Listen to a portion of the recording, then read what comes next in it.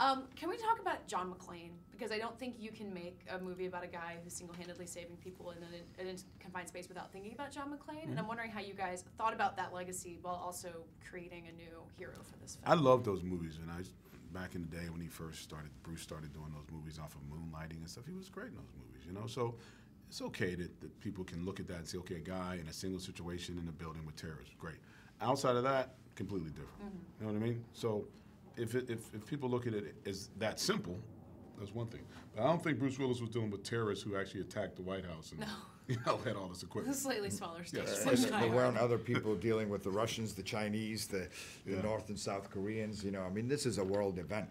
Yeah. And yet at the same time, it comes down to the individuals who are the players in that and who can change that. So, you know, I think it is a far more serious undertone than Die Hard, but without a doubt, there's still those Die Hard quips, and there's you know, and it's a general. Die Hard is one of my favorite movies ever made, but I think this is a very powerful, emotional, rousing event because it's also patriotic. It's it's shocking. I mean, it rips your guts out. I never got that out of Die Hard. It's gritty. It's grittier. But again, what's great about Die Hard was that it was entertaining. At the end of it, you walked out, you had fun, you went to the movies. That's what we were doing. But it's a much more contemporary version of what that would be today. You can't do a movie like Die Hard today and be quib about it when you're talking about terrorists because 9/11 hadn't happened.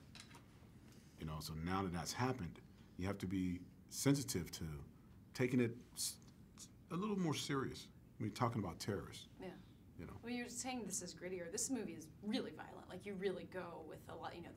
There's a lot of movies where you'll see people get shot and there's no blood. There's blood in this. There's torture. I mean, what Melissa Leo goes through. No. And as a producer, and you guys both committed to this level of violence. What made it so important for you guys to really push that envelope and really make us feel the stakes of what's happening there? That's exactly why. You know, say if you bring that audience in and make them feel like they're with you, because the fact is, a woman would get hit in this situation. People would get executed. Good people in the service of the country would die. If you're trying to take the White House, you got to see it all. You can't be. You can't be PG with it.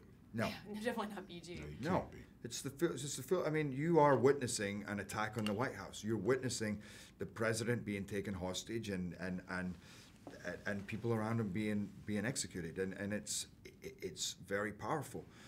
So, you know, but you're also pulled into this cat and mouse game. You have the standoff, you have the crisis room. So it's very involved in all those ways as well. And then you come through it, and it's also, you know, you come out of there like, you know, I want to go stick up for something.